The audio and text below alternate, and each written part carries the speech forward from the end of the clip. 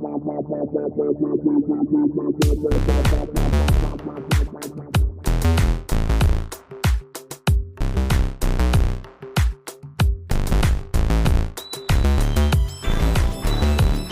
to you from the dining room table at East Barbary Lane, welcome to a new episode of Full Circle, the podcast. A visit to our home where we squeeze a few headlines through our decidedly queer lens, see what happens. This episode is brought to you by Decanted Jug Wine and Decanted Jug Wine. I am your host, Charles Tyson Jr. And I'm your host, Martha Madrigal. Welcome to the Full Circle table. You made me snort in my intro. Damn. Sorry. Hi, baby. Hi. How are you? I'm okay. Just okay?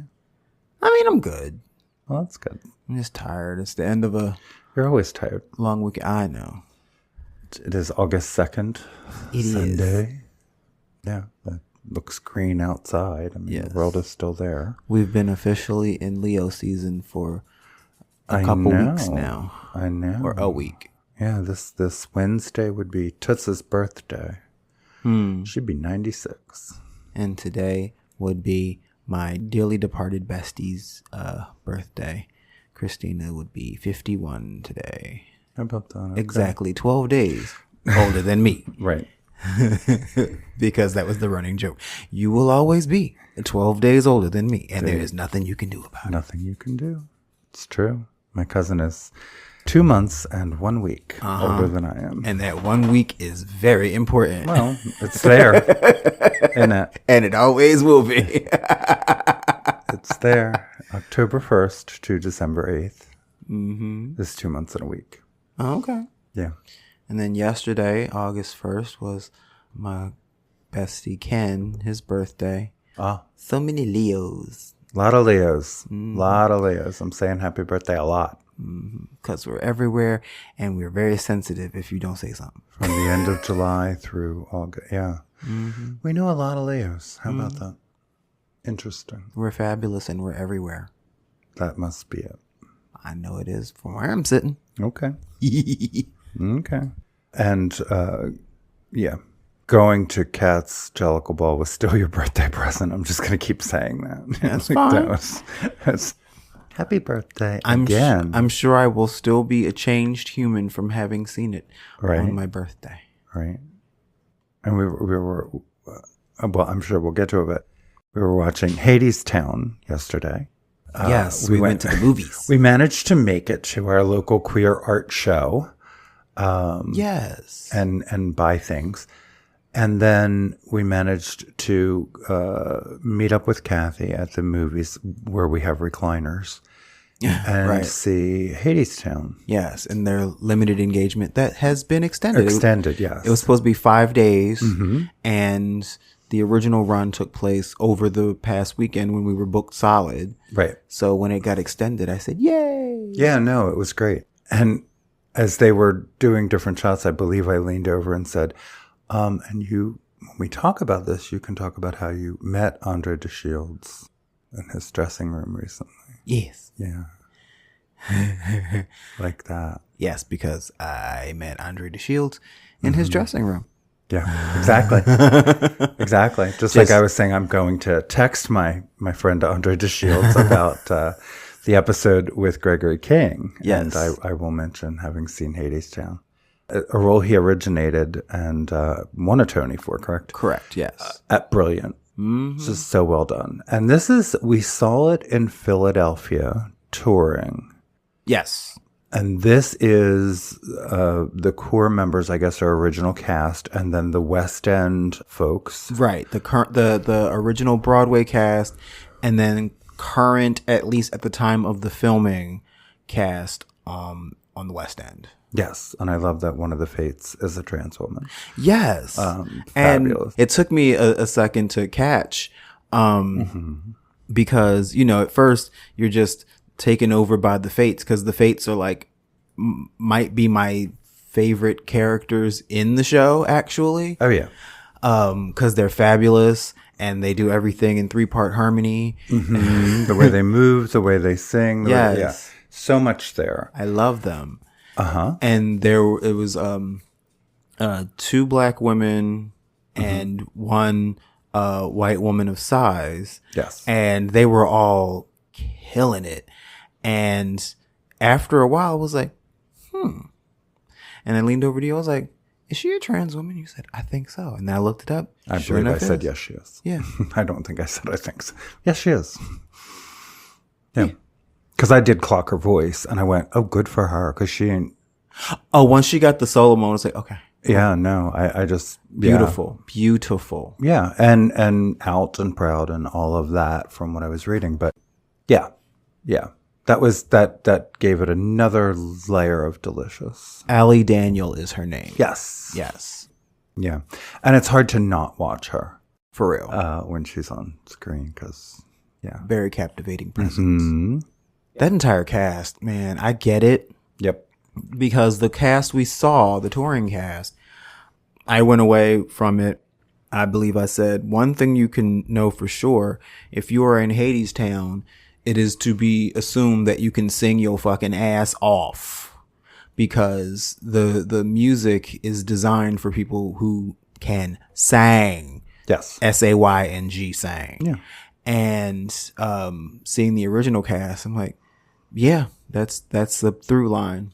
I'm not sure it's as important with Hades as it is with the other characters. I think Hades is the important thing about Hades is you have to have a striking look, and you have to be able to hit a bottom note that you have to lift up your shoe to reach. Okay.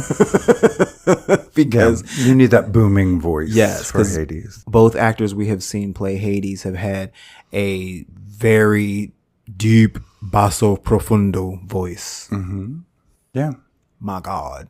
Yeah, and I'm like, where do I know him from? And then you went, Gilded Age. No, oh, that's it. There we go. Okay. Made sense. Because who did he remind me of? I've said something to Kathy, Anthony Quinn, I think, and in visually, but then, I'm like, I know him from somewhere. Patrick Page is his name. Page is his name. Yes. And he, had the voice. He had a boot on, so. He had injured his foot. Yeah. And so he had the walking boot, but they created this decoration on it. So it went with his outfit. It kind of did. Yeah. It was very fierce. And he still danced with Persephone. And he's wearing the same suit in the movie that Nicole Kidman is wearing right before the movie starts. Uh-huh. Every time. That I always say. Pinstripes. Yeah. I always say you can rock the fuck out of. Yeah, he was wearing the same suit. The sparkly pinstripe. It hit different on him, whatever. Yeah. Different vibe. Yeah. Anyway, it was something I noted. Going back to talking about Broadway. Okay, apropos of nothing. We just released our interview with Dr. Gregory King. Yes. Who came on the pod, and we talked about Cat's Jellicle Ball, and we discussed why we think it's closing early, and what are the contributing factors in the Broadway system as a whole. And we talked about, we asked some bigger questions, possible ways to alleviate this problem on a larger scale. We got deep. Yeah. Why do some shows get grace for a time and some don't? Yeah. Was part of the question. Something as groundbreaking as this not getting more time. Yes. Is a question. It's a serious question. And, in part, and I mentioned this yesterday, maybe part of the answer is doing these releases in movie theaters. Now, this is obviously, an edited version, but it is the stage play. It's, filmed on stage like Hamilton was. Right. And is this another way to create a revenue stream that can help these shows? Was the question. Because Met Live, I don't know if they still do it, but Elizabeth was talking about this, that you used to be able to go see opera live. It was like a simulcast in a movie theater. Yeah.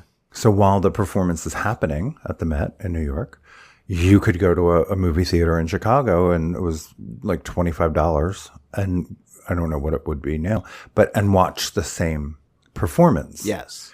And that expands the reach. It creates more accessibility. Yeah. I don't I doubt it minimizes the audiences No. on Broadway itself. Because the people that are going to Broadway, I think, are going to Broadway. And the people who can't never get there. Right. They might see it when it tours, or they may never see it. Right. And that's primarily like the staged recordings shown in movie theaters. I feel like those are for people that are either most likely never going to physically make it to see a Broadway show on Broadway, or for fans of the show to see it again. I've not seen Hamilton on stage. Same. I've only seen the Disney, Right. channel version, which is excellent. It's the original cast. It's from 2016. Right. And tickets at that time were so astronomically expensive. There was no way. Right. There was no way we could have seen it on stage at that point. Like, I'm glad, like with Hadestown, I'm glad we saw it in the order that we saw it. We saw the touring production first, and then we saw the original cast in the movie. Because, like, seeing Hamilton for the first time with the original cast, it's like I'm in no big hurry to see anyone else do it. Okay, fair. I mean, that's just me. I do like seeing different people bring different things to the role. Even though you go, who else could do that? And then somebody brings something fresh to I'm it. sure there's plenty of people that could like rock the hell out of it. I mean, you mentioned the physicality of the person doing it on tour, doing the Hermes part. oh yeah, Hadestown, yeah. And it was like much more physical, more dancing, more movement. And it was Right. like, much younger actor for one thing. Right.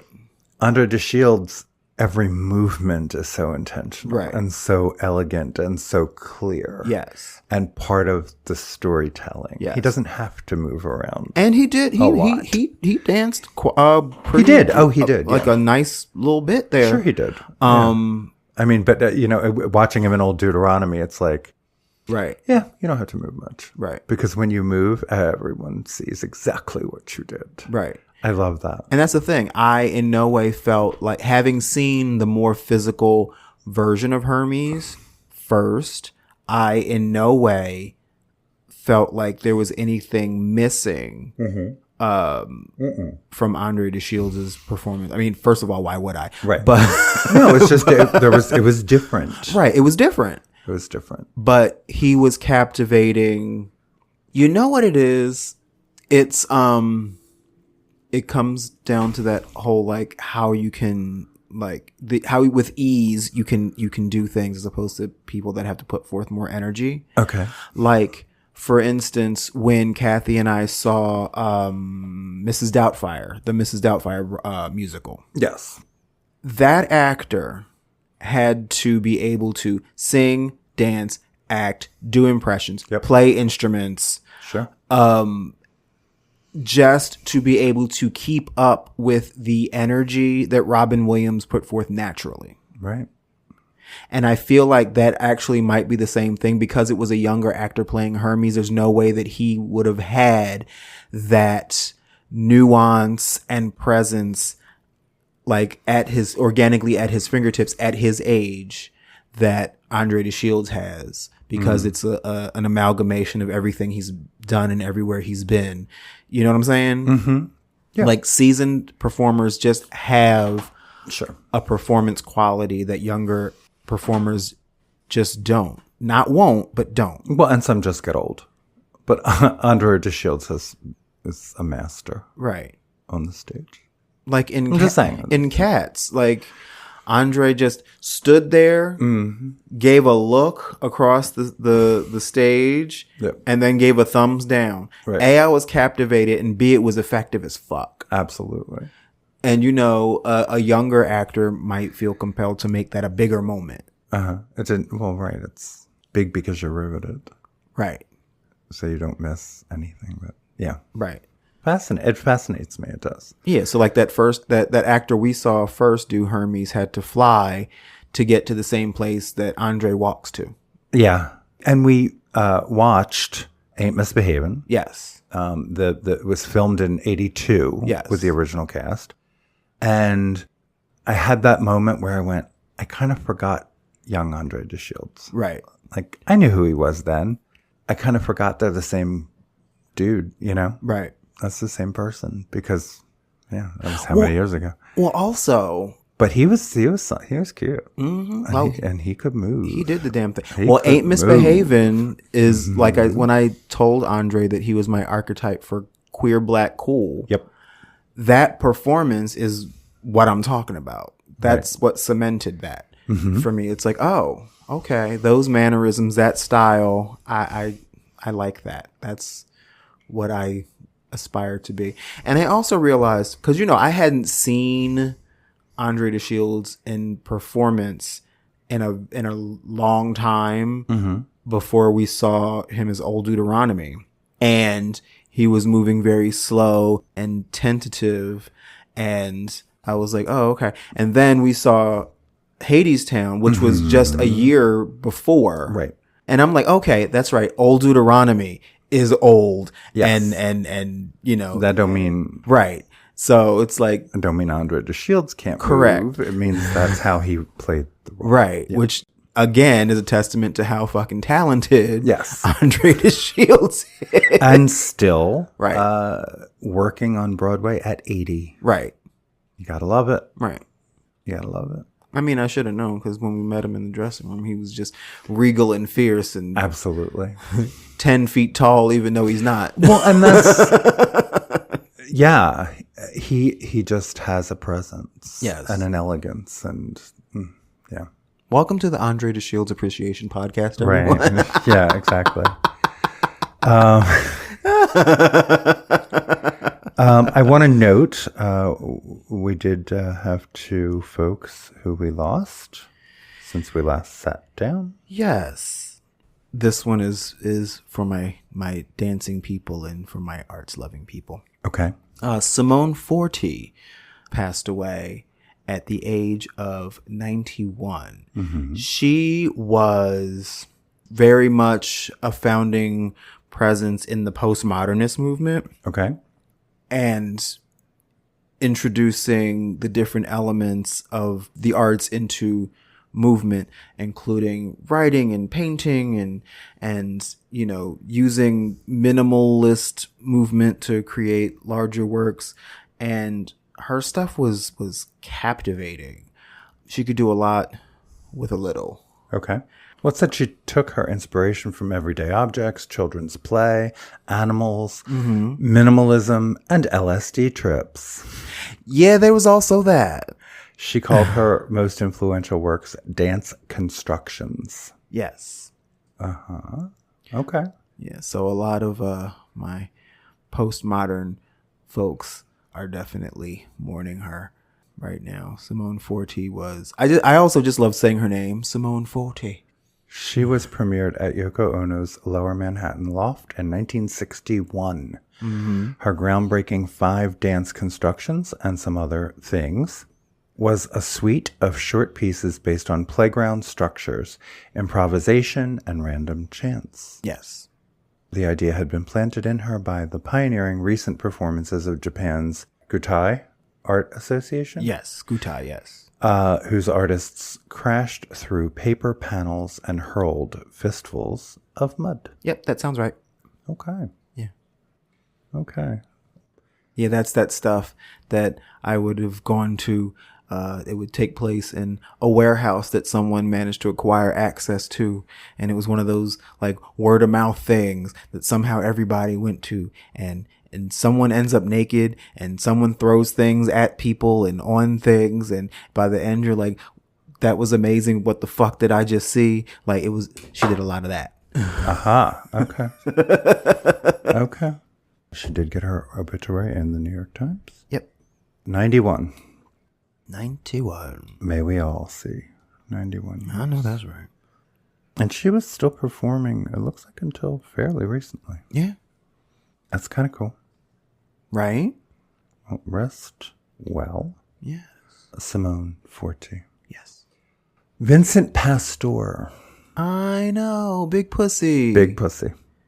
Which is a name I can't believe was ever said on network television. It wasn't network television. It was HBO. I'm aware of that.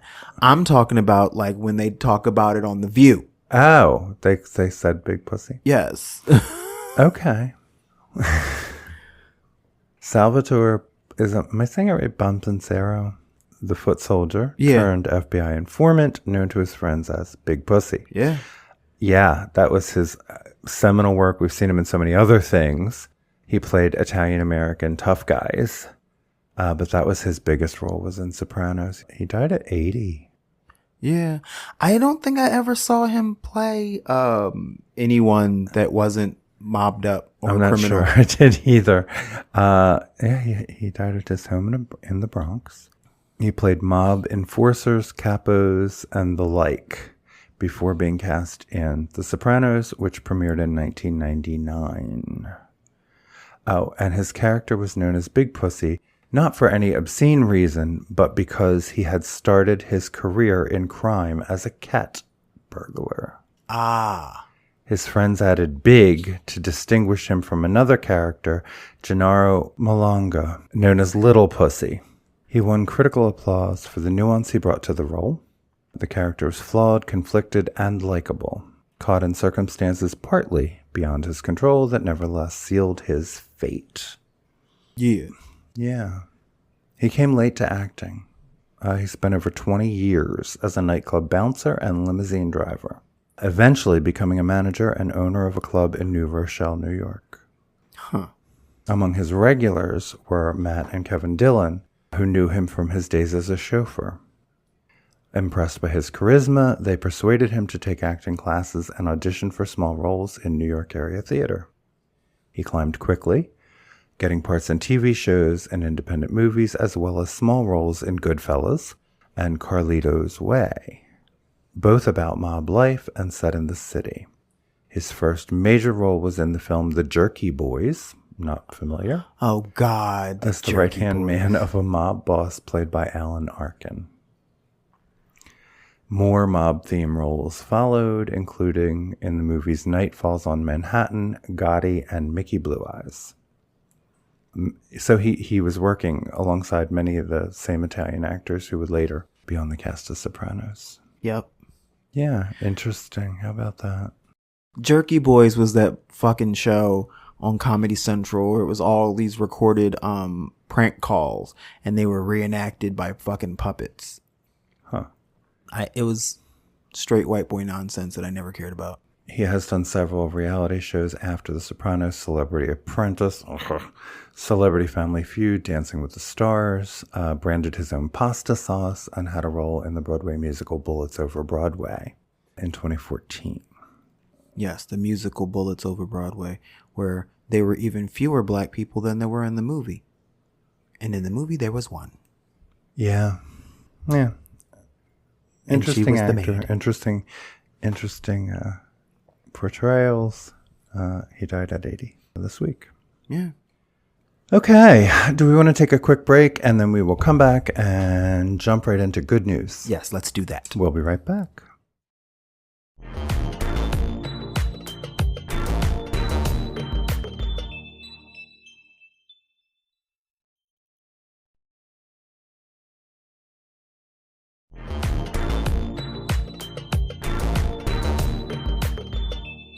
And we're back. We're back. So good news. Let's get into it. Yes, this actually was from the middle of July, but I wanted to make sure that we talked about it. The murderer of O'Shea Sibley was sentenced. Finally. Yes. And O'Shea, of course, killed for dancing Yeah. at a gas station Yes. in Brooklyn. Dmitry Popov hurled homophobic and anti-black slurs during the attack.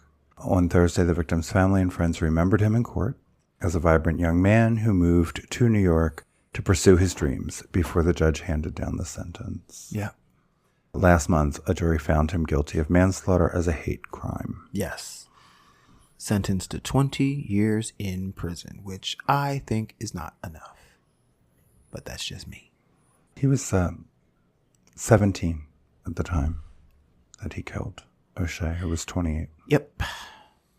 So 20 years? Yeah. Okay. Not enough, but he was a black, gay man And a fabulous dancer. enjoying a summer evening. Yep.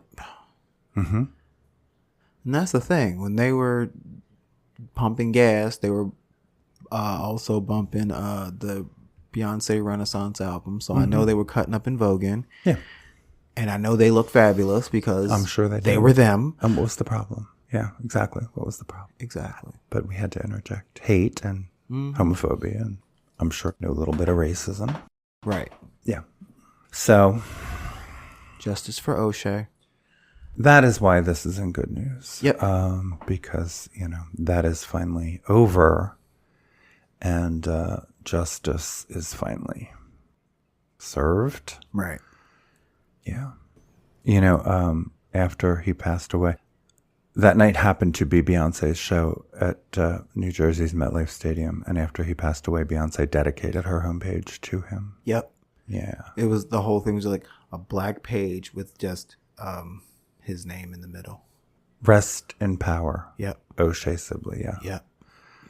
Yep. I'm glad that it was seen and charged and as a hate crime, because it was. Yep. It really was. Okay. So, for some, I want to say for some bizarre reason, but anytime I'm talking about Trump, there are no Who is in himself a bizarre reason. He made insulting comments about Dylan Mulvaney at the White House press dinner, which has apparently turned into just an awful thing that people still attend for some reason. Wow. But her response was kind of classy and fun. Yeah, he brought her up for no reason out of... Right. The way he does with trans people. Oh, I forgot to mention the trannies. Right. Let me throw that in there.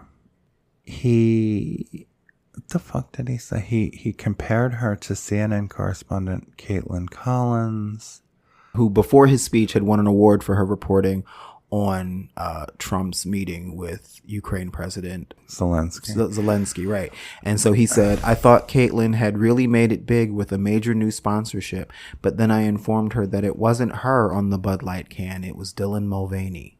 What? Yeah, which... he just says apropos of nothing. Right, exactly. Yeah. In a 4-minute video posted online, Mulvaney congratulated Collins, encouraged her to keep up the great work, and said, I'm incredibly honored to be compared to her in any way. She said that she had been flying under the radar, keeping up a pretty low profile. Except for starring in Broadway. Since the infamous Bud Light incident. Yet I am still his topic of conversation all these years later. And it seems to me that I might be like the one that got away for these men. Ooh. Like I am permanently burned into their retinas. I am microchipped into their minds. Maybe being publicly mocked and criticized by this administration is actually like the greatest compliment of all, because it puts me in the company of some of the most brilliant, empathetic people in our world today, she continued, before rhetorically asking why it is so important for people like Trump to try and make sure that she remains unsuccessful. What is it that I have that they don't, she asks, before answering, oh my God, freedom. I'm free in a way they will never have the privilege to experience, and they want to use their power to take away my freedom. She then said that Trump and his kind do understand that her freedom has zero contingency on what they can provide for her, because her freedom is fully dependent on her own acknowledgement of her real, authentic self. Okay. Yeah. Ha. Okay. Yeah. I love it. She was like, I'm still me and you're still you, so I win. Right? Exactly. Exactly. Oh my God. I miss smart people. Word. So this is fun. In a recent Fox News poll, I love it when they're Fox News polls. Right. A clear majority of voters, 56%, embrace the Democratic Party on transgender issues. Thank you for thinking we exist. Right. Only 43% of voters opted for the Republican position. That's still too many. And this is in the same survey where voters favor the GOP on immigration and border security issues, as well as crime and national security. So it was not an exceptionally or even moderately liberal pool who were polled. Good to know. Right. The General Social Survey documents some big changes in the American public's views over the last 20 years. In 2004, Bush made opposition to gay marriage a centerpiece of his campaign, as we know. Since then, I guess, nearly every religion category has increased their support for the question if homosexual couples should have the right to marry one another. Why do we keep going back over the same old shit? That's a good question. No one's been harmed. Gay people have been married for 11 years now. Yeah, asked and answered a long time ago. Dear God. Mainline Protestants have increased their support for gay marriage over the 20 years from 32 to 78%. For Catholics, the increase went from 37 to 68% over the same time period. From 2004 to 2024, those of other faiths jumped in support of gay marriage 42 to 70%. For those with no religion, liberal or conservative, those numbers jumped from just under 50% to 81%. What is wrong with the other 19%? Right. So, this article posits that on trans issues, there's another reason for the change. Less than half of 1% of high school athletes are transgender, while for colleges, it's 0.002%. That's way less than 1/2 of 1%. Oh, way less. But some proposed solutions have strangers doing gender verification on all female athletes, which affects a lot more athletes, as well their parents and family. Given that some in our Congress refuse to investigate several major scandals involving political figures and underage girls, there's plenty of trust concerns among parents about those who may be doing the checking, given oversight issues. Interesting. Which we have been positing like repeatedly over the past couple years. Yeah. This John Torres was writing this about the shift. It's good news. It's been happening. It's been the trend. It's the trend I hope to see play out in the midterms. Yeah. They're sick of this. People are sick of this. And have been. Yeah, and have been for a long time. And just stay out of the comment sections because that will give you a skewed view of the world. Right. Genuinely, seriously skewed view of the world that might make you think it's a bigger group of people than I think it actually is. Yeah. Because actually, most people are self-absorbed and don't give a fuck what I'm doing. Truth. So, yeah, they're shifting. We know that they are. And I love it when it's their polls right, that show it, even among conservatives. If they weren't so slow to their own party, they'd knock it off already. Right. It's not winning them anything. And how about them Epstein files? Well... So this could have gone in Schadenfreude. 4 Republicans joined Democrats to defeat an effort to write Trump's transgender military restrictions into federal law. The House rejected a permanent trans military ban in the defense bill vote. And good. We saw it coming. Yeah, it is good. They failed narrowly and not before approving 2 measures targeting trans troops and their families. An amendment from Lauren Boebert that would have given Trump's executive order the force and effect of law failed, 212 to 217. Ha. 4 Republicans joined every voting Democrat in opposing it. It leaves the administration's ban in place while preserving a path for courts, Congress, or a future president to reverse it. Yeah. Good. Republicans tried to codify Trump's trans military ban into law, but my fellow members of the Congressional Equality Caucus and I put in countless hours of work in order to kill this amendment, and we were successful. I'm grateful for the bipartisan vote to defeat this discriminatory amendment. That was Representative Mark Takano, chair of the Congressional Equality Caucus. Good. So some are waking up. I mean, some are realizing like he's getting older. This is all getting worse. You are all complicit. So, now and again, There's a tiny ray of sun. Right. This is one of them. Tiny ray. However, the House approved 2 amendments from Nancy Mace targeting healthcare and school athletics. Of course. One would prohibit TRICARE, the military's health insurance program, from covering transition-related care for service members and their family members, including HRT, puberty blockers, and surgeries. What a cunt. Sparta Pride said the provision would deny medically necessary care to military families and could leave transgender troops without treatment, even if open service is restored. Right. So you can serve, but you can't have health care. Right. Giveth and taketh away. Yeah. And the second would ban transgender girls from competing on girls' teams in Defense Department schools. Yeah. The amendment defines eligibility according to reproductive biology, but does not say how schools would verify a student's part. Sex. Always. Yeah. Sparta Pride, which advocates for transgender people in the military, warned that enforcement could create serious privacy risks for military children. Yup. The way that they play with the military. Mm-hmm. Support the troops. Meanwhile, they're weakening the entire thing. Oh, yeah. Like, how are you going to weaken our military and weaken our standing on the global stage at the same time? But call yourself strong. That don't even work. There are thousands of service members with transgender children who now have to face whether or not they should stay in the military, as the government they serve discriminates against their kids. Yeah.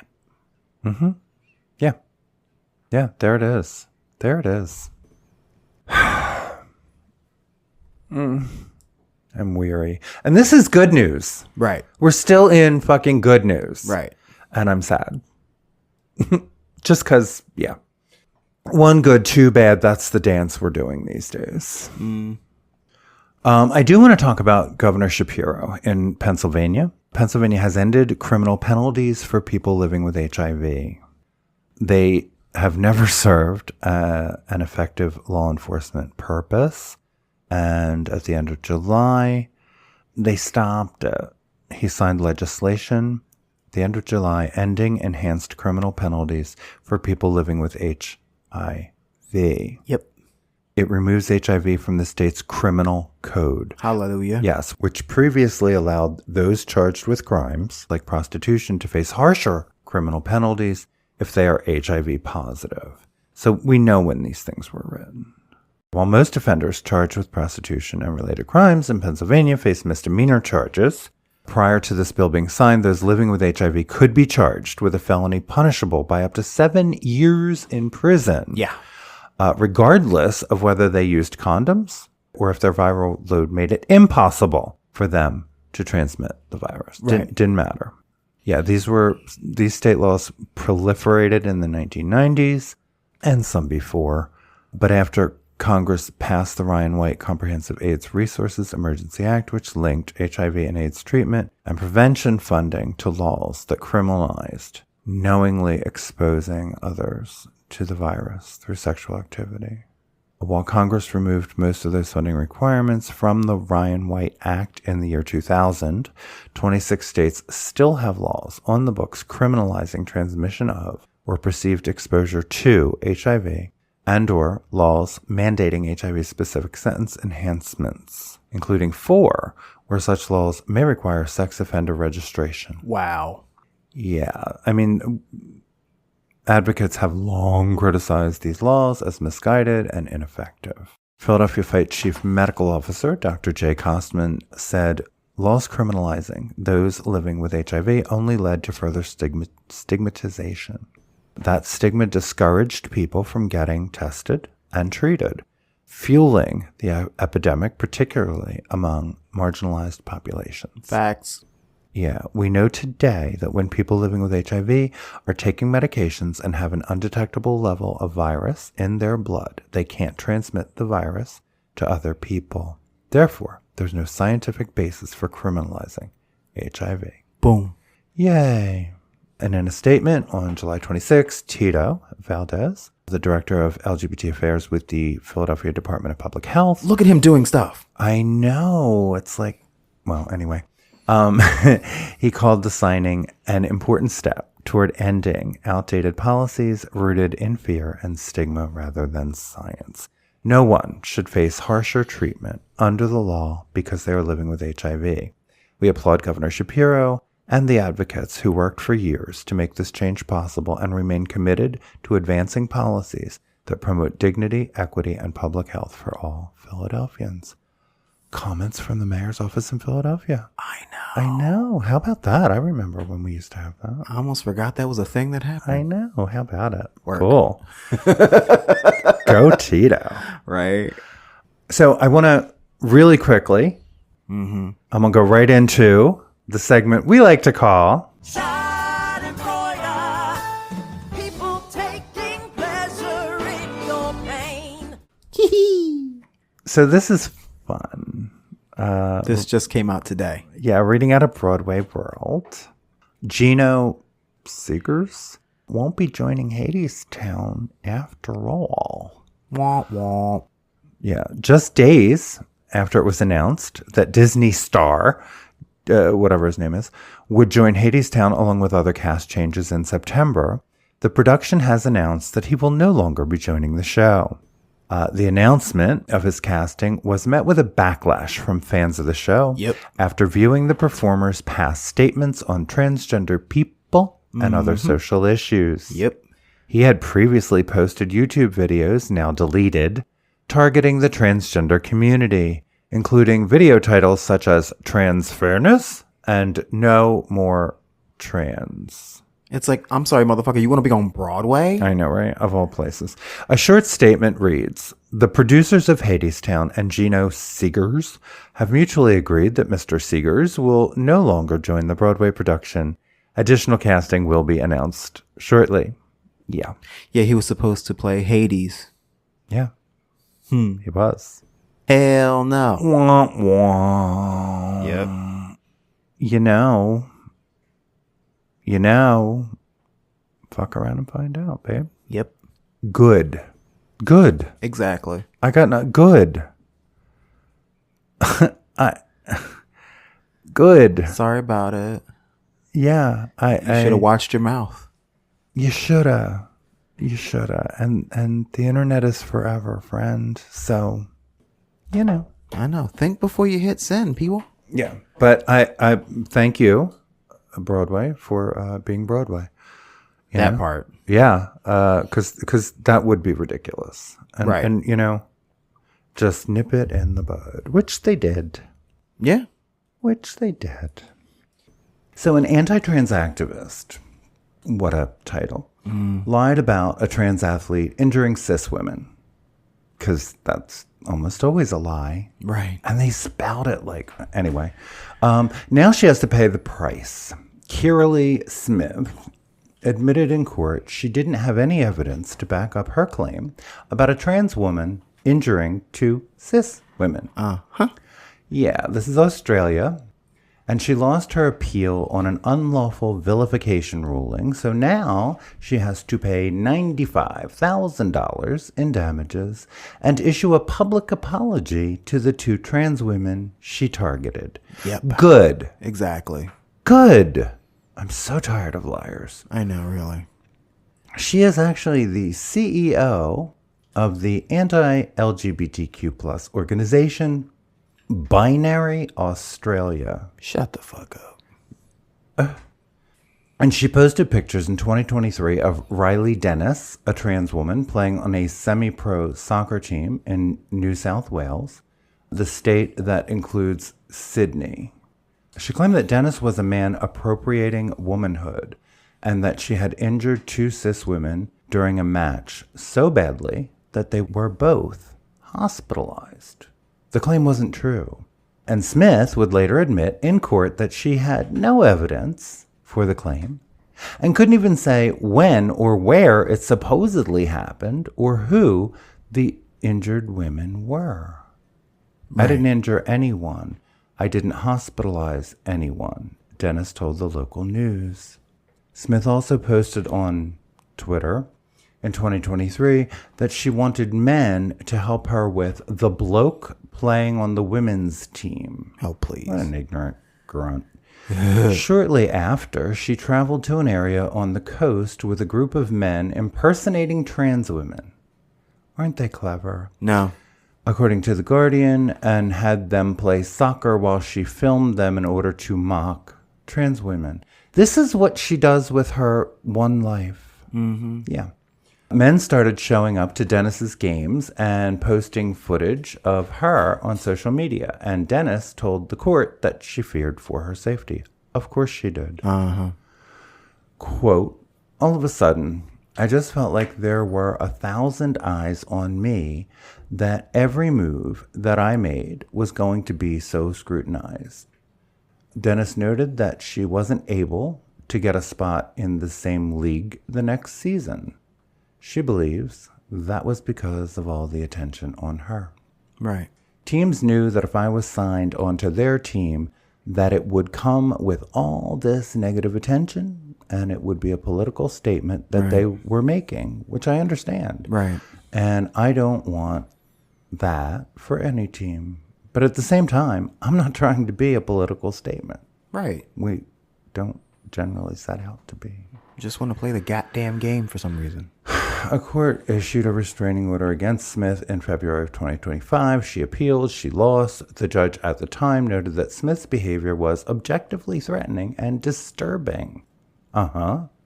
Later in 2025, a court found Smith guilty of unlawful vilification. The judge also rejected Smith's defense that she was engaged in political speech, noting that Smith misgendered and attacked Dennis in bad faith. Smith appealed, and she just lost that appeal. Q News reports that the appeals judge made some small changes to the original verdict, but kept the finding and the $95,000 fine in place.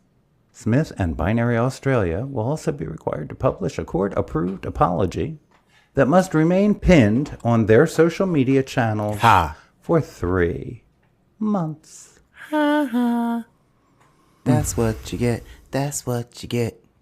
Mm-hmm. Yeah, they always have to make shit up to make their little points. Yeah. I love it when common sense and justice actually win. Yep. Mm-hmm. And that's going to be pinned to their ugly, foul, lying, probably, website for 3 months. And that's what we call... Schadenfreude. People taking pleasure in your pain. Yay. I'll take whatever we can get. So before we take a break... Yes. I already know the answer to this question, but would you like to share a 15-minute fave? I would. What you got? So, the fabulous and wonderful Spilata, Yes. who already has a song on the 15-minute faves playlist, has got another one because he released another song. I'm sensing a trend. I am too. I wonder if he thought about you when he released it. Charles gonna be sharing this. Anyway. So, the song is called Haiku. And it is upbeat and jazzy and clubby. And my favorite thing is that each verse, and there are many, each verse of this song is in what form? Haiku. It's true. Haiku is the Japanese style of poetry where there are 3 lines. The first one is 5 syllables. The second is 7 syllables. And then the third is 5 syllables. Yep. I love haikus. It's very specific. You have to be very intentional about the words that you choose. Yes, you do. And he did his thing with It's the song. adorable. It is. It's adorable. We are going to go out to the break with Haiku by Spilata. Right, because you know. You know. We'll be right back. Time to make some art. Thought I'd put it in some jazz. Simply for the class. Haiku.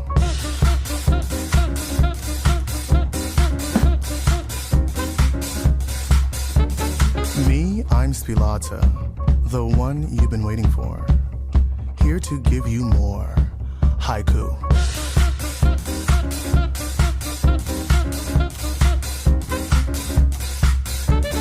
Time to cleanse the vibe. Get this music back in line. It's been on decline. Haiku.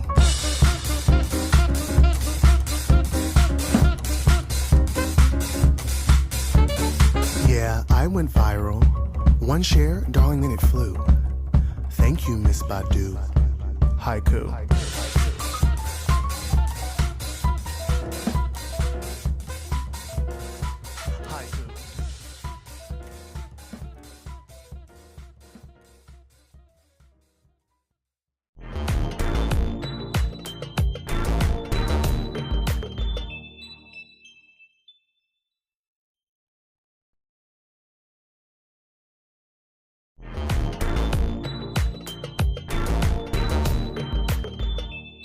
And we're back. We're back. The entire song was in haiku. It's true. Well, okay, fun. That was fun. It gave me an idea for a little creative project. Okay. Okay.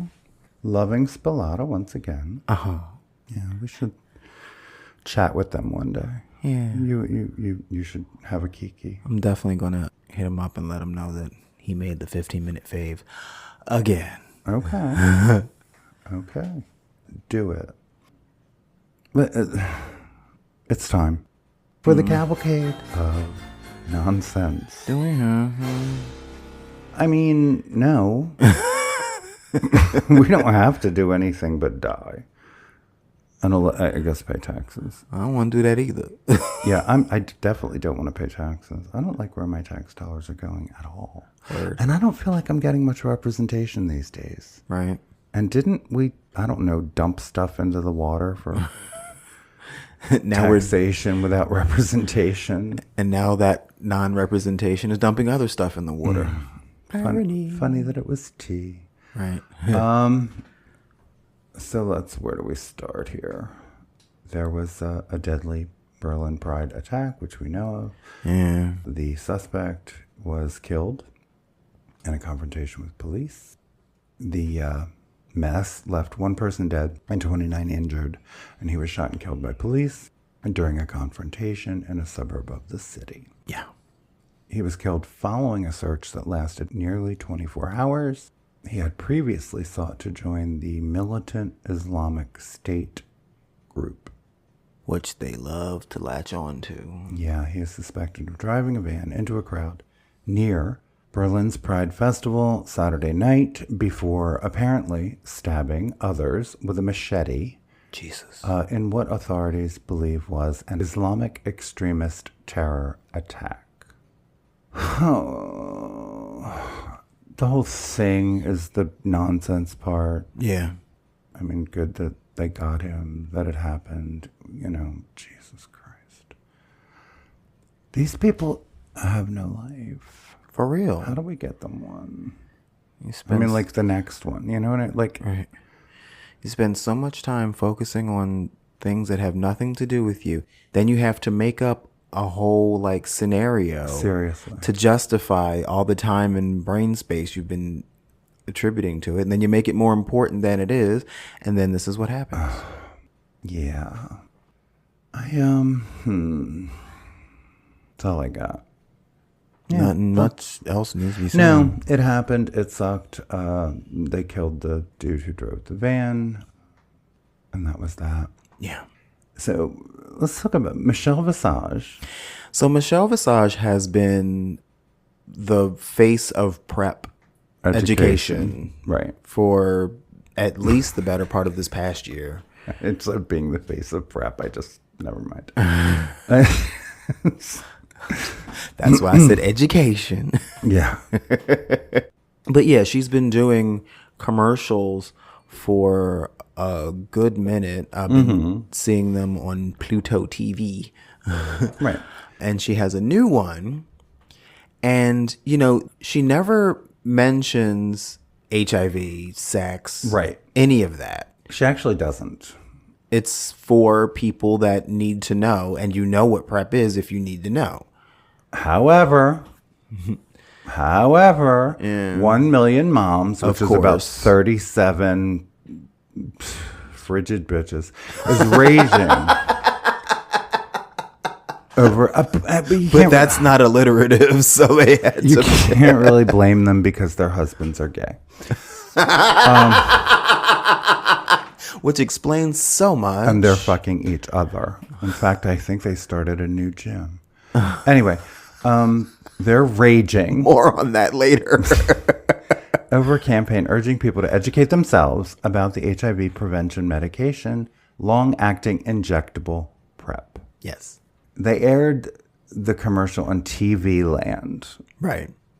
which, you know, aren't they the ones they rebroadcast like all the 50s and 60s wholesome sitcoms, that whole thing.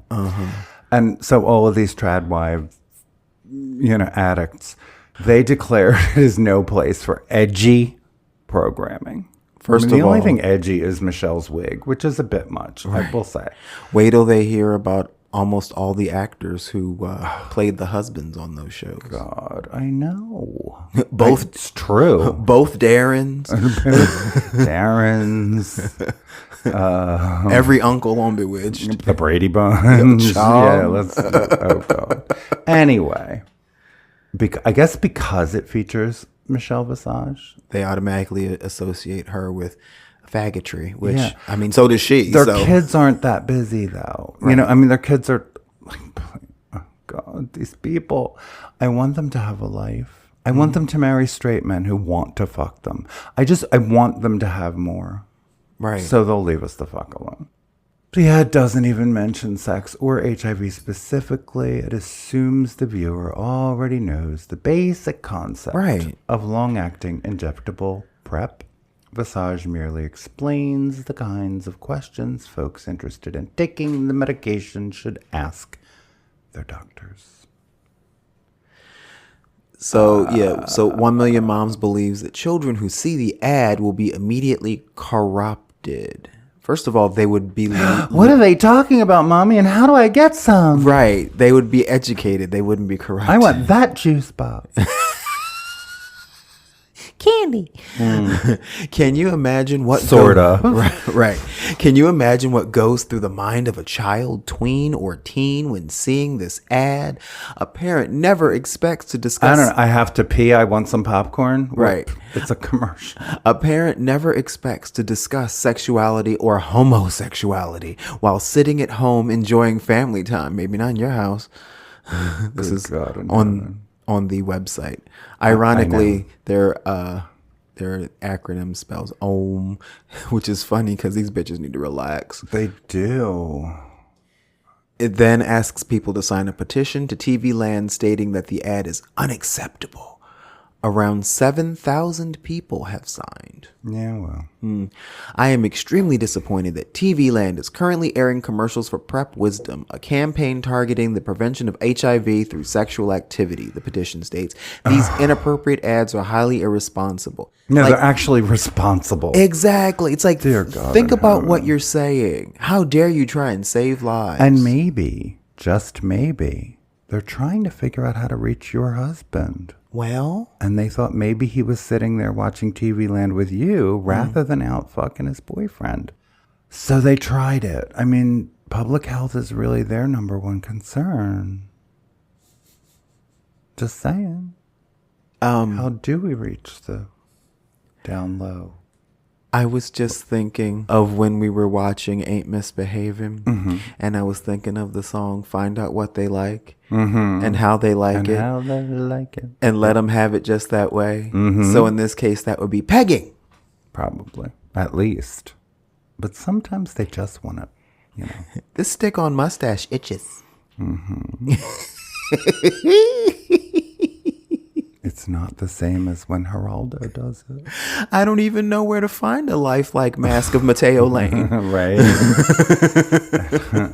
Yeah. You're too hippie and too lippy and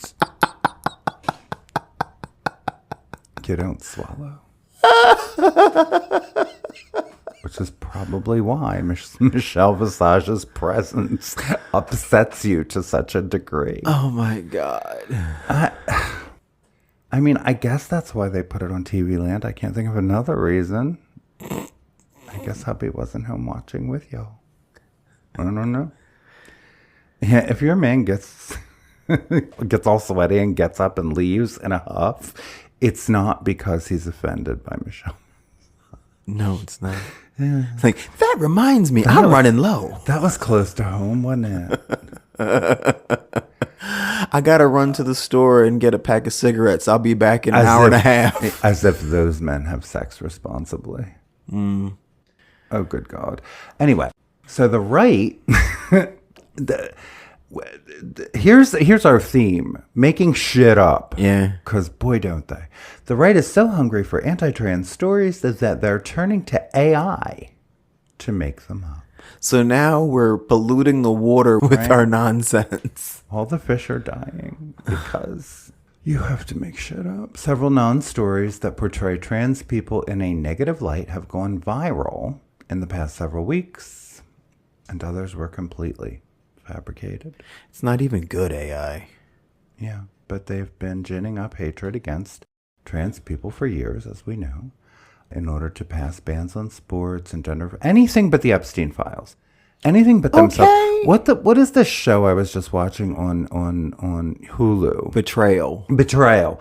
I mean, it's all the married Christian cis white men who diddle kids. Yep. They even have a TV show to tell you what's going on now. But yeah, let's fuck with the trans people. So anyway, the people who are doing that are using AI to create fiction because that's all they got. Uh-huh. The right clearly wants people to get angry, dropping words like creepy into their stories about them and complaining about taxpayer dollars going toward woke, even if their arguments about the funding make little sense. Wait, they used woke as a noun? I don't know. They want people to be mad at trans people, even though there's not much left to get mad about. War on woke. Mm-hmm. Woke. These recent stories all have in common another thing. It's that they're not news. Woke is not a noun. They don't involve anyone being harmed. They don't involve elected officials or celebrities. They're not even originating in local news sources that might be interested in them because they tell locals about events happening around them. Several originated in UK media and were almost immediately picked up by US outlets. Hungry for something to be mad about. Isn't that... that should just be their campaign slogan. Well, they are literally creating shit to be mad about. Yeah.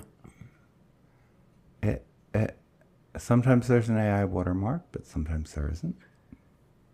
It is unclear how much of an appetite the public has for this sort of hate propaganda.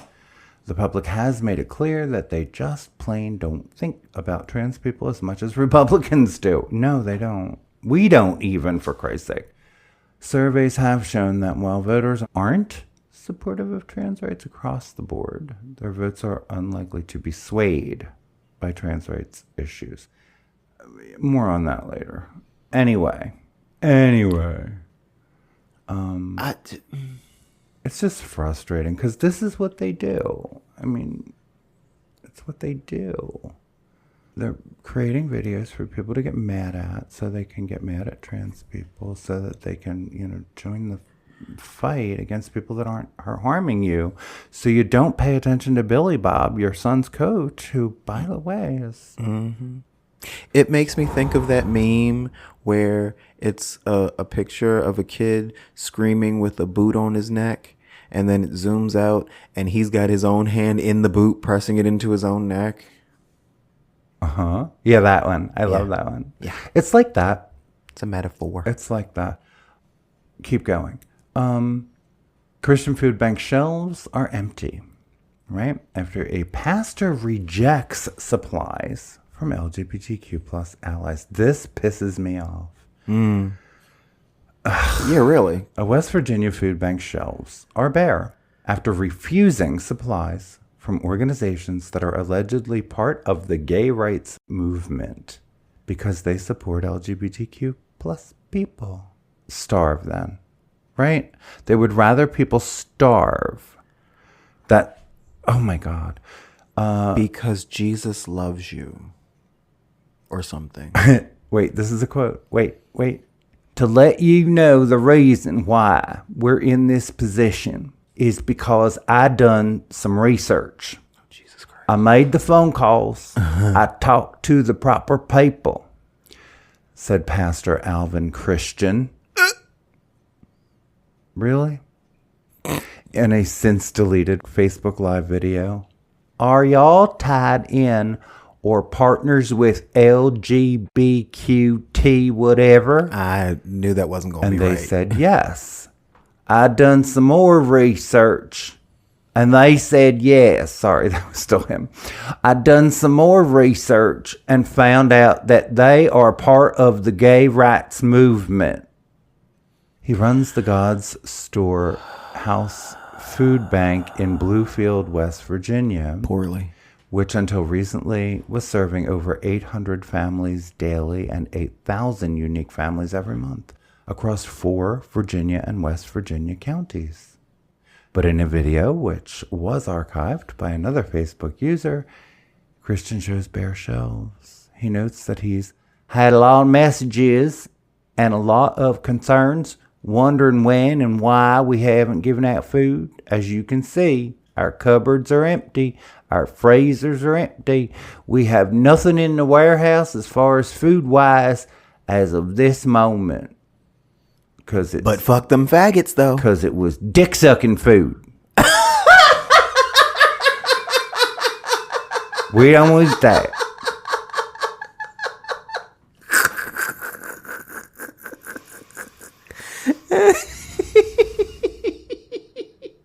It sticks to your tonsils.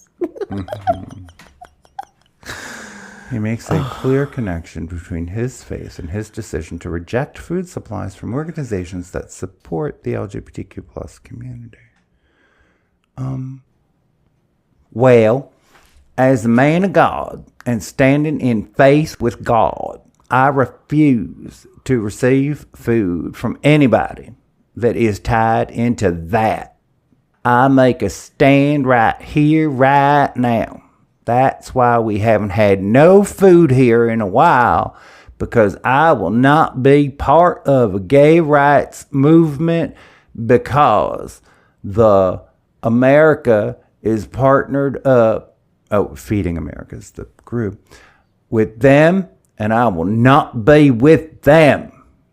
Feeding America is a nonprofit nationwide network of food banks that tried to give this jerk-off food. He then goes as far as to call gay people an abomination. The ones who tried to offer food, I guess. I refuse to be tied in to something of that nature that's totally an abomination against God. God said to feed the hungry. I know. He missed that part.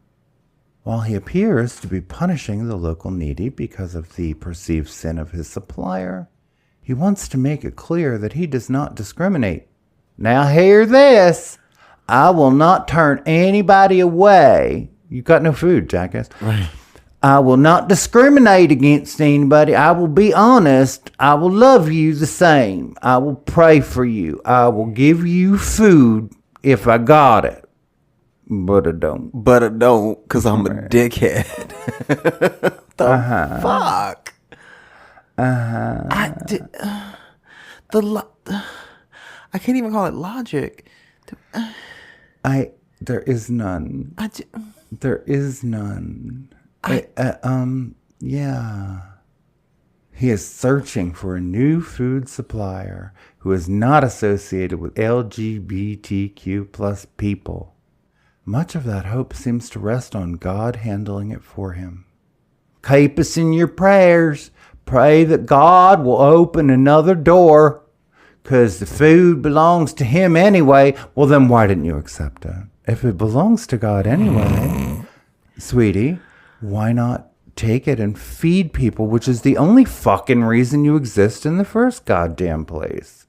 You're a food Oh my God. Cut to 2 months when everyone wants a dick in their mouth because at least it's something because they're so hungry. It's protein.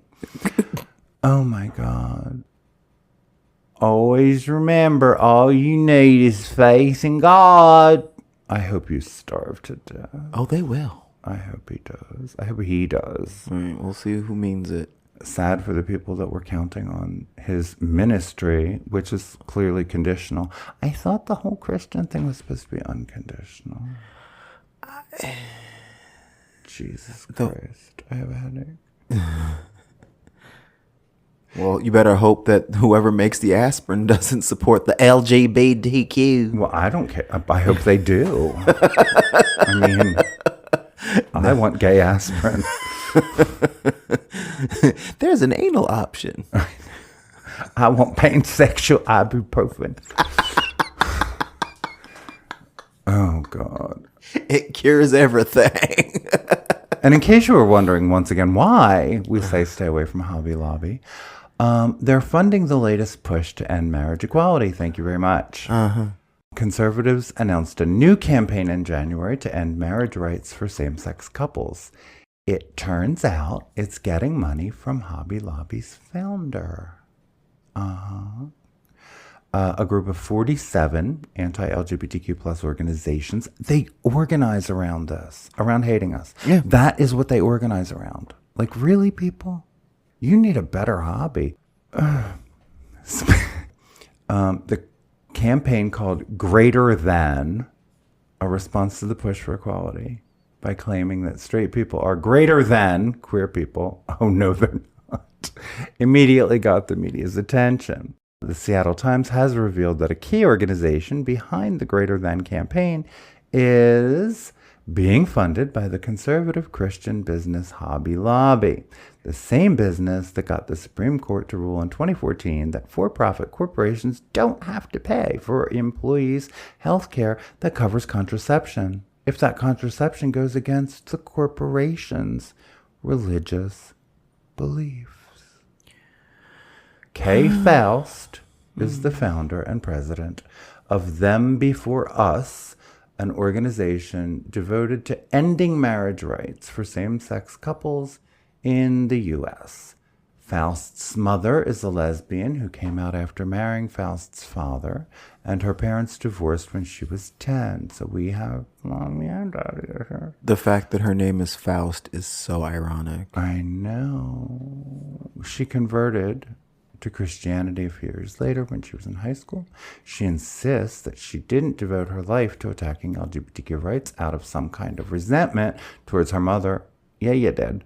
Although she now says she no longer considers her mother a parent. Of course you don't. She's been campaigning against marriage rights since at least 2012 when she started a blog called Ask the Bigot. Oh, it's funny because I get it. A website she claimed would debunk the notion that marriage rights opponents are bigots. But you're No, calling... it does. Yeah, I know. But now I have a headache. Yeah. She saw an opportunity for a renewed push after the Supreme Court overturned federal reproduction rights protections guaranteed in Roe v. Wade in 2022. And this recent push is getting more funding. Them Before Us was founded in 2018. Its IRS report shows that it received less than $50,000 in revenue for its first few years of operation before Roe was overturned. In 2022, it received $200,000. In 2024, that became nearly $1 million. And Faust collected a salary of $135,000. Them Before Us's filings show a $300,000 donation from The Servant Foundation, a Christian organization funded by Hobby Lobby's founder, David Green, and his family. Oh, it's the same organization behind those He Gets Us ads about Jesus that ran during the 2024 and 2025 Super Bowl ads. I knew it. Yes. I knew it. All Hobby Lobby. Oh my God. Well, in part Hobby Lobby. How's that? Yeah. So. Oh my God, I knew it. Go to Michael's, for Christ's sake. Yes. Go to Michael's. Oh my God. Don't. Now I need one of them queer buprofens because See? I need a You too, right?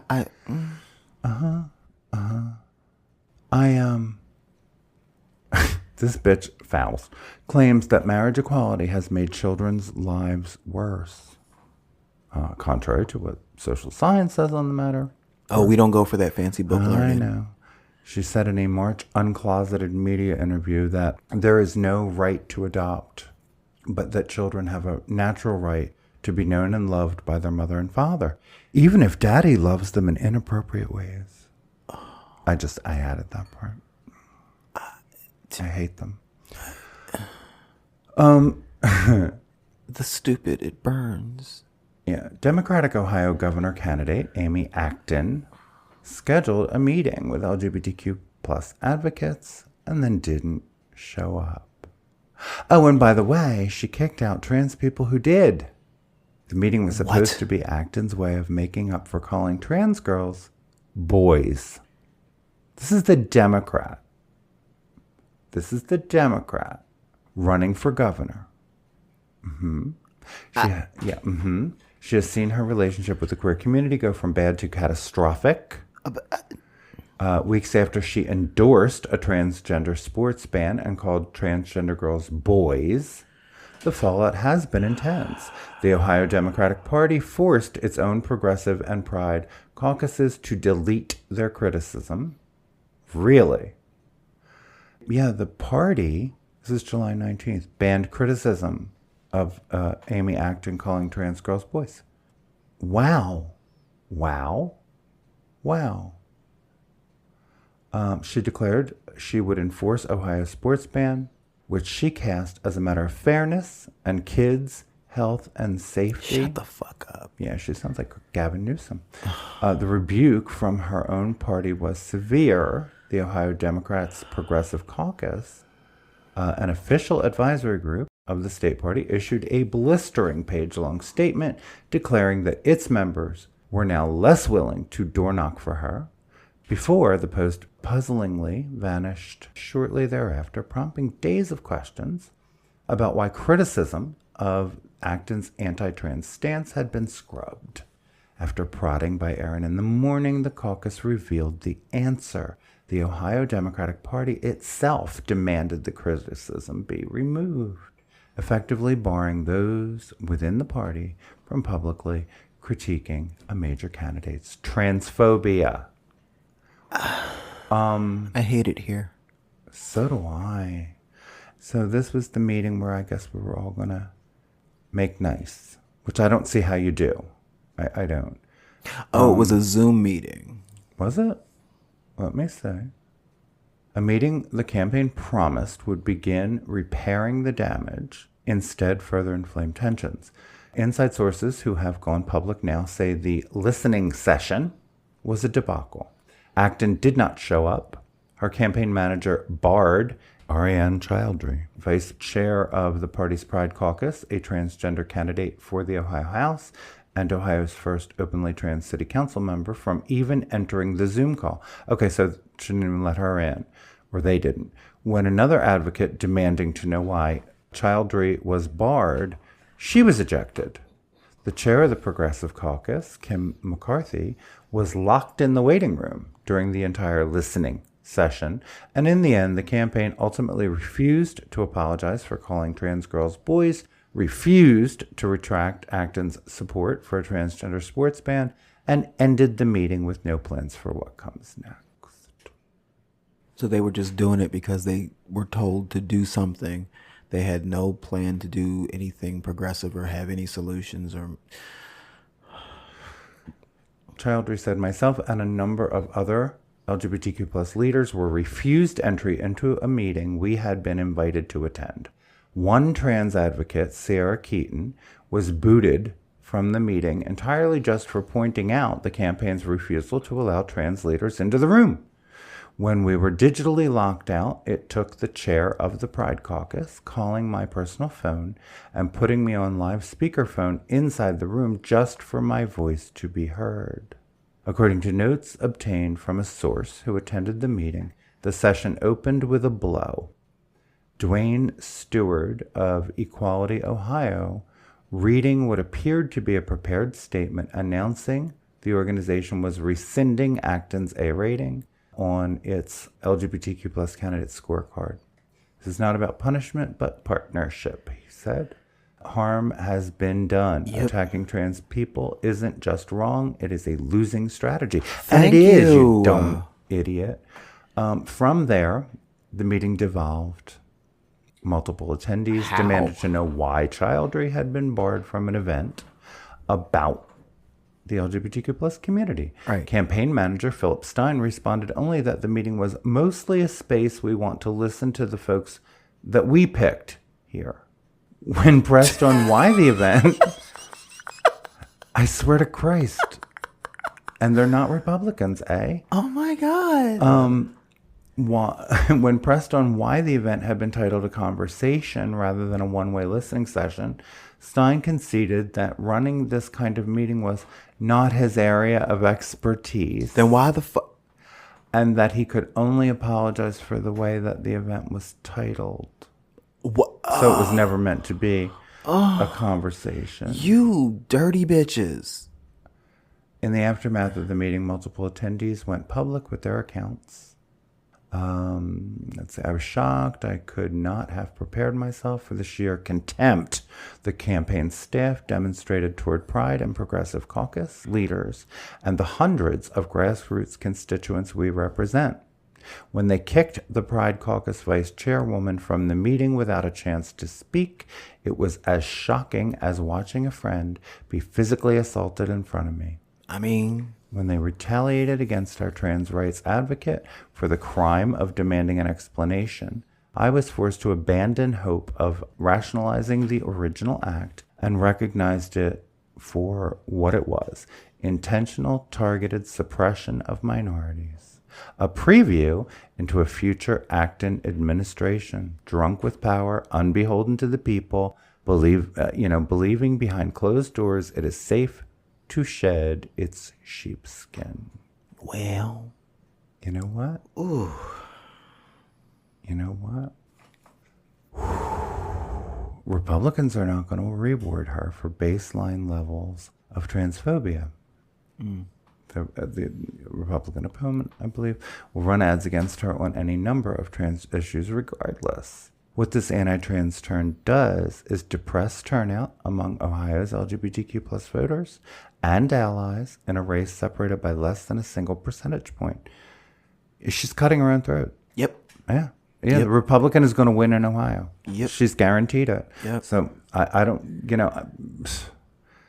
I wonder if that was the plan all along. yeah. Yeah. She has given Ohio's LGBTQ plus community every reason to believe that she would govern exactly the way her campaign has conducted itself, with the people she claims to represent locked in the waiting room. There you go. Yeah, so that's why Ohio is going to have a Republican governor. Yep. Because the Democrat's not a Democrat. Nope. And she shot herself in the foot. Yep. God damn it. So I want to wrap up with this one. Oh. MAGA men are fleeing women for all male gyms and somehow calling it straight.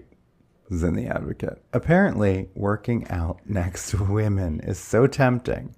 These guys just have to pack into the sauna together. Tempting. Didn't we call these bathhouses? I know I did. Yeah. I'm like, this is not a new idea. Who wants to tell them? I suspect they already know. One of the most common places affairs and infidelity begin is the gym. God called me to create a different kind of space where men can grow stronger physically and spiritually without the distractions of lust and temptation. Yes, because Christian men famously never succumb to lust or temptation for men, especially not at the gym. Mommy, Daddy goes to the gym twice a day, every day. How come he still has a gut and no ass? I know. You can't. His neck's getting bigger, though.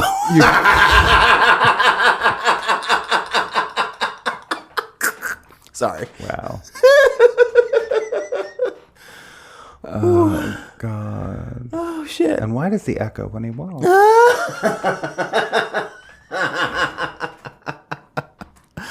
How did you learn that Lady Gaga song?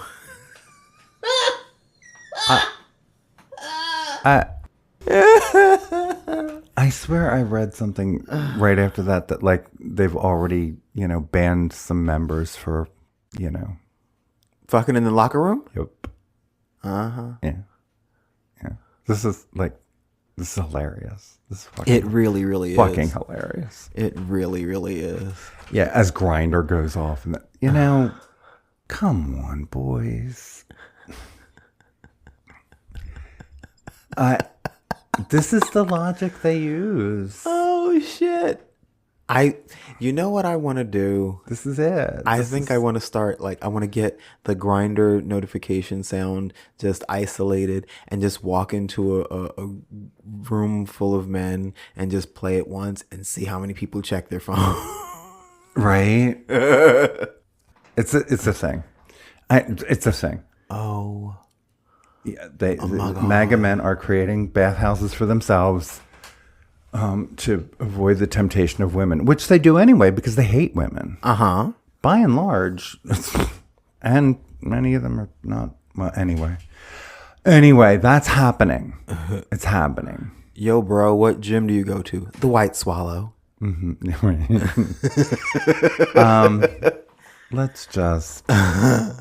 I can't do it anymore.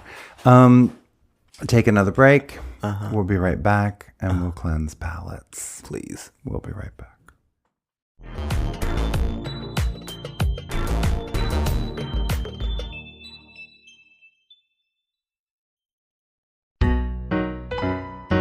Hello, everyone. Welcome to Life's But a Song, a bi-weekly podcast that likes to live in the land of musicals. I'm your host, John, and this podcast delves into musical movies, musical TV shows, and sometimes filmed stage productions. Don't worry how we watch these. With a special guest or two or more. Tune into Life's But a Song wherever you're listening to this podcast, and be sure to rate, subscribe, and follow the socials at But a Song Pod, and have a musical day.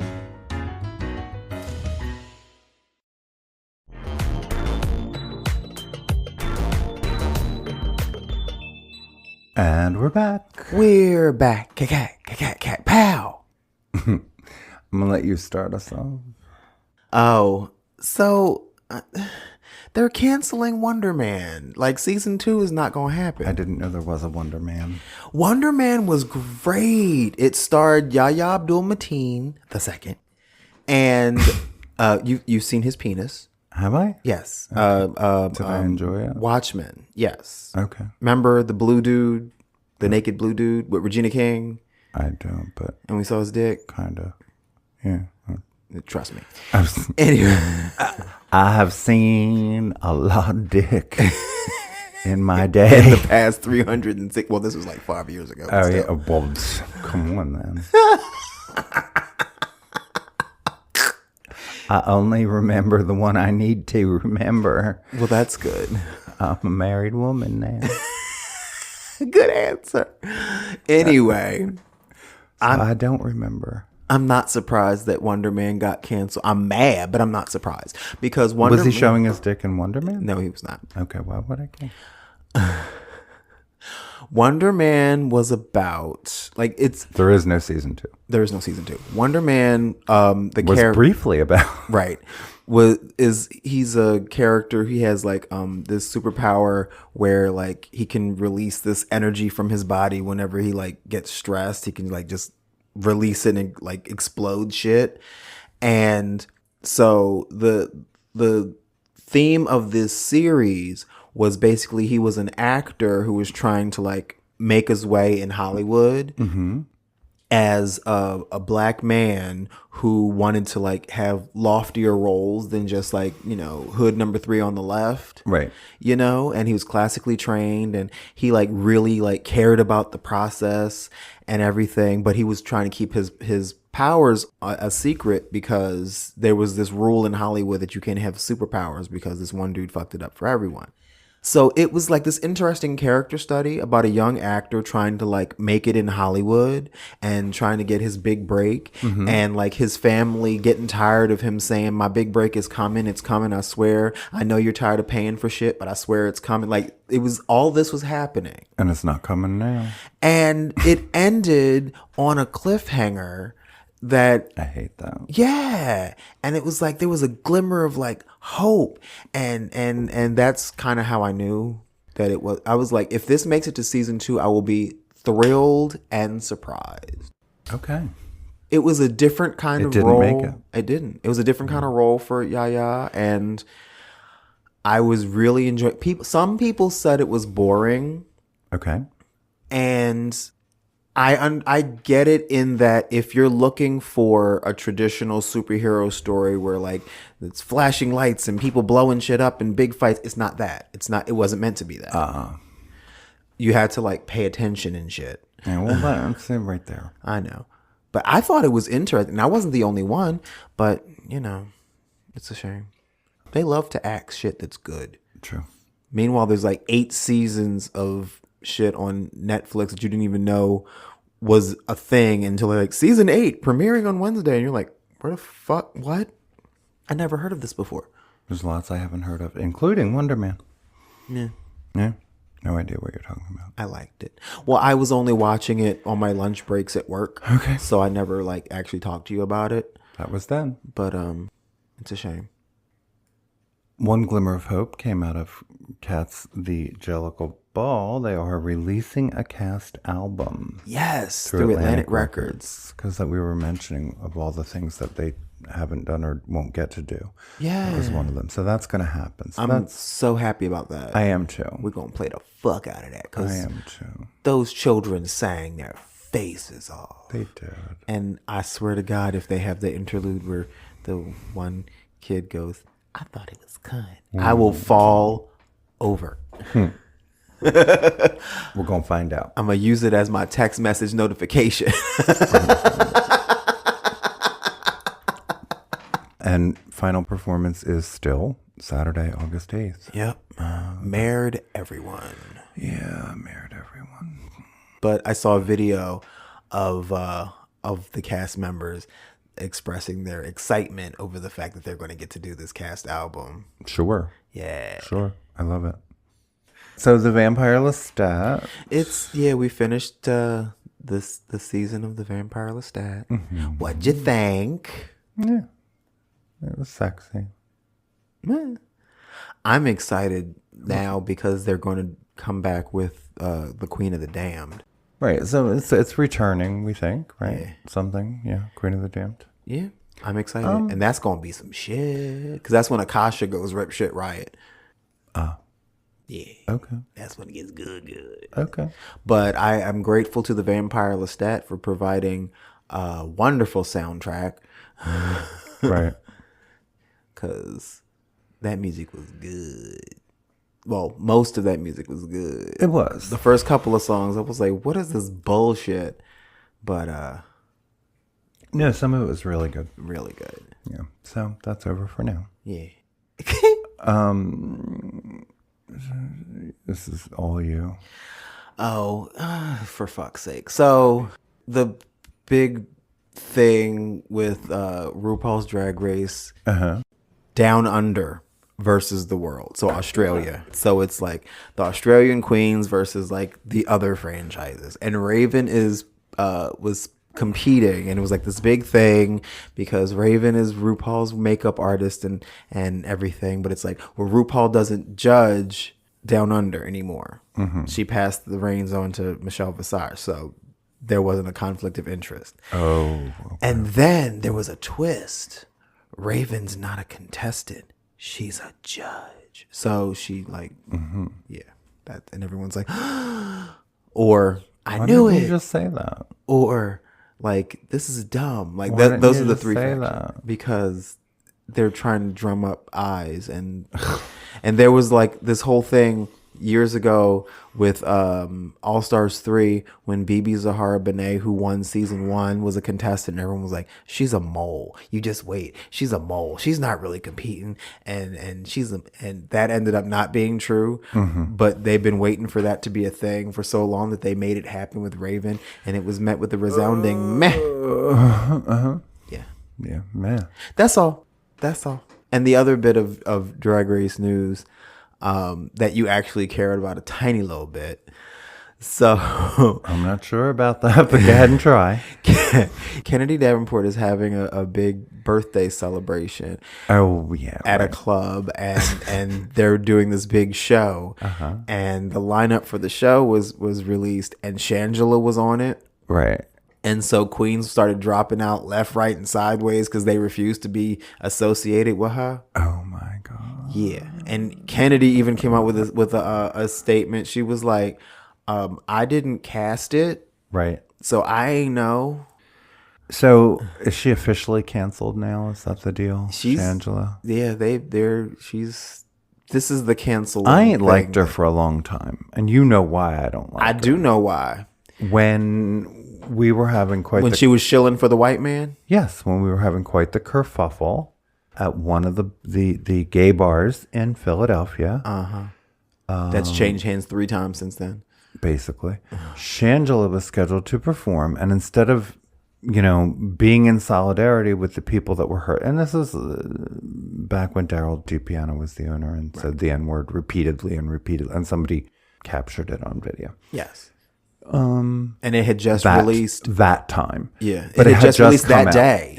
Right. It was either that day. Right. Everything was fresh. There were protesters out front. Yes. And Shangela arrives, and rather than just go, oh no, I'm getting back on the plane, she decided that she would come into this complicated, ongoing situation, and she would bring everyone together. Right. Why don't you fuck yourself? I'd have performed out front for the protesters. Well, that at least might have been a something I could have gotten behind. But when she went on and performed, and then she started this kumbaya shit when she didn't know anything about anything.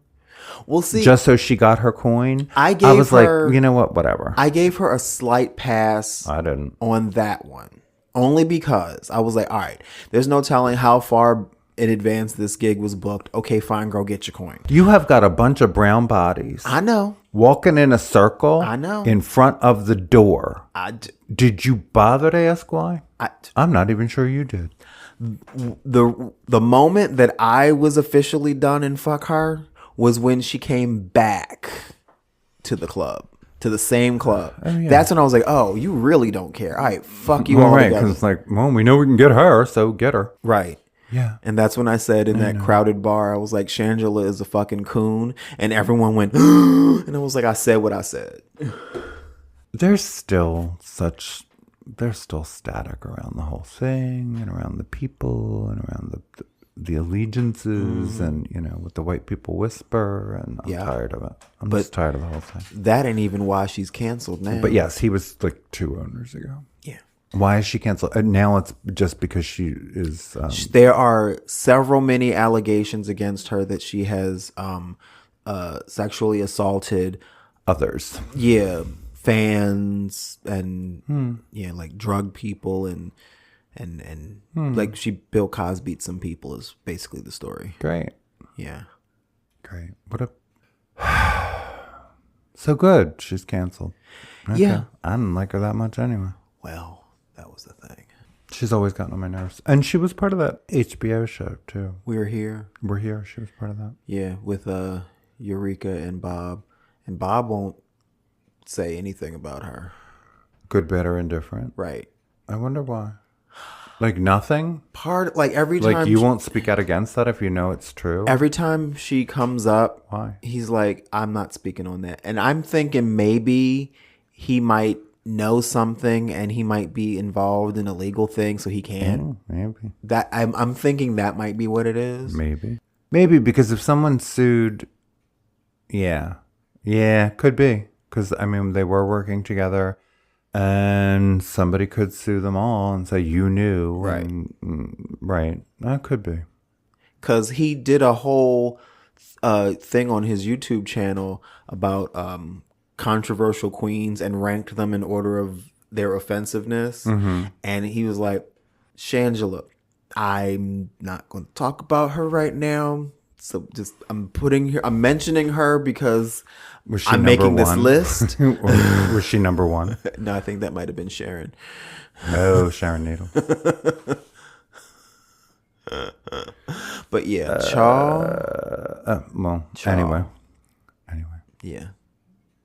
There's that. Oh, and speaking of Eureka, comes out, she's going to be portraying Divine in a one-woman show about Divine's life off Broadway. Huh. And Do we like Eureka? I don't even know who that is. Is that a person you think is talented? I or? am not a fan of Eureka. I never kind of have been. She's problematic, and she's just extra for the sake of being extra. And apparently other queens have been... There are many different kinds of relationships surrounding her. I'll say that. And everyone's like, oh, well, she's been dying to perform Divine for years. She did her on Snatch Game. And I'm like, yeah, and I saw it, and so did you. I heard it was badly. It was not good. Yeah, so actually, this falls under who cares? Right. Because I saw someone say, oh, she looks just like her. This is going to be great. I'm like, she still has to like speak and say words and shit. Right. So because we went to see Hadestown, Yes. we watched the pro shot of Merrily We Roll Along, which is on Netflix with Jonathan Groff and Daniel Radcliffe. And so what did you think? I mean, I don't love it. I like Hey Old Friend. I like that song. I don't hate it, but I don't love it. It's that period of Not Sondheim's best. for uppity sure. Sondheim, Yeah. same ilk as Company, which I love. You love Company. So you like Company, but you don't like Merrily We Roll Along. Is that what you're saying? Yeah, it's like Sondheim was in his like "Look How Clever I Am" bag, and Right. it's a little pretentious, but I mind it so much less with Company than I did with Merrily We Roll Along. But he didn't... Company doesn't go backwards, does it? No. Merrily We Roll Along goes backwards. Yeah. I mean, I'm glad I saw it. I don't know that I'll watch it again. Like, I've seen Company like dozens of times. I don't know that I'm going to go back and watch Merrily We Roll Along. And this version makes better sense than some, but still. Right. Yeah. It's a weird, what do we call that? Device. Yeah. I didn't love it. I don't hate it, but I didn't love it. It wasn't as effective as it could have been, I think. I wanted to see... Well, you didn't go when I went to the theater. I went with my cousin, and it was essentially the same show. Nothing was clearer or less clear having watched it on Netflix. It exists. I won't watch it again. Nah. But we saw it. But yeah. And then we did watch Ain't Misbehaving on YouTube because... Yes, we're going to be revisiting our buddy John over at Life's But a Song podcast. And we're going to talk about Ain't Misbehaving. Yes. My favorite musical. So we can talk musicals. Yes. I love it. My introduction to Andre DeShields. And I loved Fats Waller growing up. So this was like fabulous for me. Nell Carter at her best. Yep. It's a good show. It's a good show. Ken Page. Yep. Yeah, so many like that whole cast went on to have great careers. Oh, what's her name? From Pose. Oh, Charlene Woodard. Charlene Woodard. Yes. Yes, a young Charlene Woodard. She wasn't that young though. She wasn't that much younger than the other ones, but she looked it. She was thinner. Yeah. So she looked like the child. Right. But yeah, she's folks may remember her as the dance instructor in Pose. Yes. But she is in Ain't Misbehaving. Yeah, she's the first thing I saw her in after Ain't Misbehaving. I mean, she's been in so many things. The first thing I remember seeing her in, she played one of Roseanne's good friends. She would show up every now and again on Roseanne. Sure. And I'd be like, oh, it's Charlene Woodard. Was she a friend or was she married to his friend? As I think about it. Well, her husband was Dan's friend. Yes. And she was... Sort of. Because of that, she was Roseanne's friend. Right. Yeah. But he was the buddy. And Yes. she was the wife of the buddy. I Yes. think. Yep. Mhm.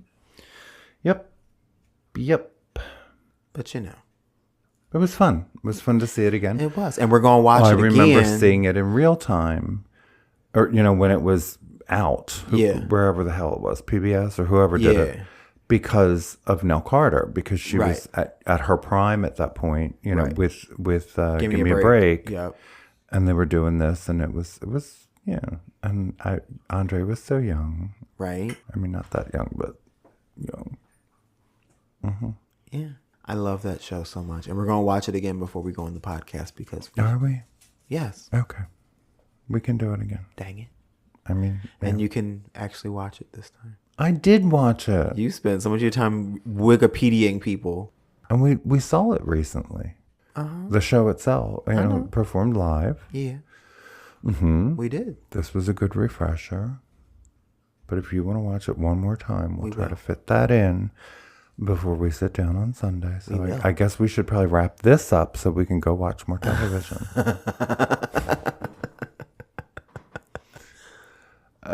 We've been doing a lot of musical theater lately. I love it. Yeah. It's fun. It is fun.